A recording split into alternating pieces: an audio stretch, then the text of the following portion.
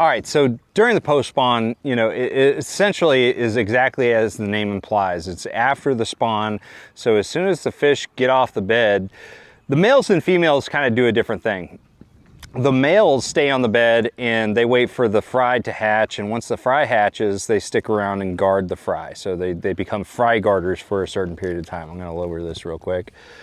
But the females generally move to deeper water or thicker cover. You know, they want some place that they can feel safe to recover from the spawning process.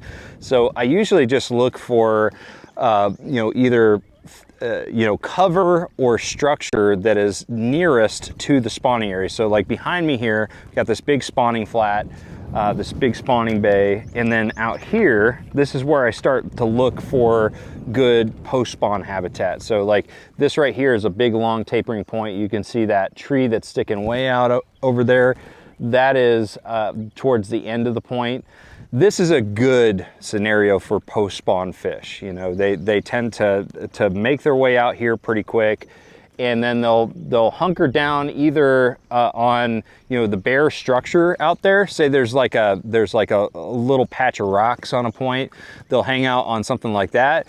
Or if there's like a brush pile like we have right here, there'll be some fish there. I mean, that is like a classic thing to look for, is like a brush pile near like a long tapering point that is outside of a spawning area or multiple spawning areas. That's a good thing about a point. It's the fact that most of the time it's separating two nice spawning pockets, and it's more on the main lake, which is exactly where those big pre-spawn fish or post-spawn fish will go. So like this brush right here looks pretty good. I bet there's some fish around it. There's a fish. It's a good one too. Just like that. And that's a post spawner. I could see that. See how skinny he is? Or she?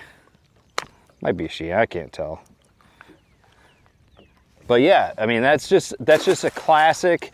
I mean, that's exactly why I could call my shot, because it's so typical to have some type of cover, or it doesn't even have to be cover. Like I said, it could be just a patch of rocks on a point, you know, but whatever is available to those fish to relate to while they recover from the spawning process, that's kind of what I look for.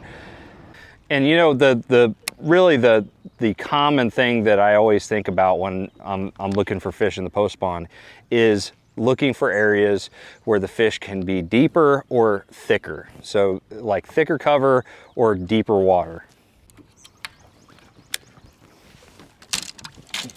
Another thing to really pay attention to this time of year is bait fish activity. You know, post-spawn fish really start feeding on shad pretty heavily, you know, going into their summertime patterns. And so like I look for windblown areas too. I think that's really important, because that blows some bait fish in usually. And so if you have those areas where you know, there's good cover or structure to hold those post-spawn fish near those spawning areas, and you have a little bit of wind blowing onto them, that's like the perfect combination.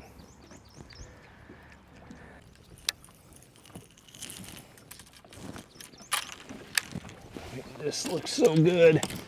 This tree, one of my favorite presentations for fishing like brush piles, which are pretty darn important during the post spawn. And I'd sort of consider this kind of a brush pile that we're coming up to, even though it's like actual standing timber. It kind of sets up like a brush pile, you know. Just a traditional Texas rig is one of the best post spawn techniques there is, and I really start leaning heavy on it, you know, during this post spawn and early summer time period.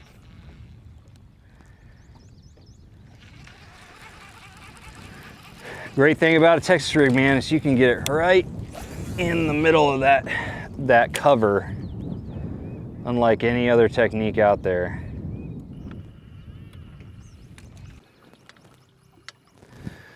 See, this is another example. Like I'll turn the boat real quick so you get, or I'll turn the camera in fact.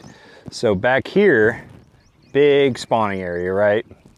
And then as you work your way out here, and a lot of times the fish will kind of follow one of those deeper contour lines, you know, like the outside edge of grass, or you know, they'll just get a little bit deeper and work their way out, following the contour lines out towards, you know, the next available main lake structure, like a point like we've got out here. And they'll stop on stuff like this. I mean, that's kind of, you know, similar to what they would stop on during the pre-spawn, but it's just in reverse. And so it's just stuff like this, you know. It's like, it could just be one little stick up. You don't want to miss that opportunity to fish stuff like this, you know, a piece of wood, a brush pile, anything like that.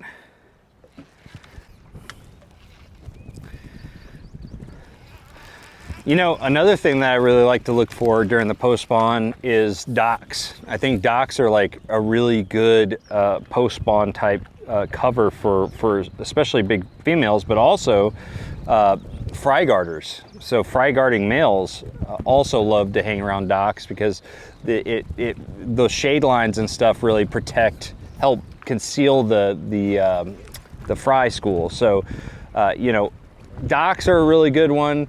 Really, you know, I think a lot of people overthink things in the post-spawn. It really just has to do with relative cover and structure on, you know, in that particular area, you know. And every single lake is going to be different across the country, but also every pocket's going to be different. Every pocket, every spawning area is going to have something different for those fish to set up on during the post-spawn. It could be, like we talked about, brush piles. It could be, you know, standing timber out in the middle of the pocket or the creek. It could be a secondary point that has a nice you know, gradual slope to it and has a little patch of rocks on the end of it, or it could be a you know, a shell bed or something like that. There's all different kinds of things. It's all just relative. So when you're going to a area that it was a good spawning area and you're trying to work your way back out to find them during the post-spawn, just find something that is nearby that makes sense for where they're going from the shallow backs of the pockets out towards the main lake to where they're going to be in their summertime patterns. You know, just find all that cover and structure that would intercept them on their way out. That's kind of the big key on how to think of the post-spawn. All right, anyways, guys, hopefully you learned something about kind of my process for finding fish during the post-spawn. You know, it's a time period I really do think that a lot of people overthink, and I think it's easy to overthink it too because it's also a tough time of year. You know, it's a time period where the fish are really trying to recover, so a lot of times the bite's pretty tough. So you may be passing over fish, but if you really want to get good during the post-spawn, try to dumb it down a little bit. Just try to find the cover and structure that is, you know, leading out of those spawning areas, and pick them apart with slow-moving presentations, and you should be able to catch some really good fish during the post-spawn. So thank you guys for watching. Make sure you like, share, subscribe. If you have any questions, drop a comment below. And if you want me to cover a topic in a future video of your choosing, go ahead and drop that topic in the comment section as well. Make sure you like, share, subscribe. I'm going to see you out on the water. Trust the process, everybody.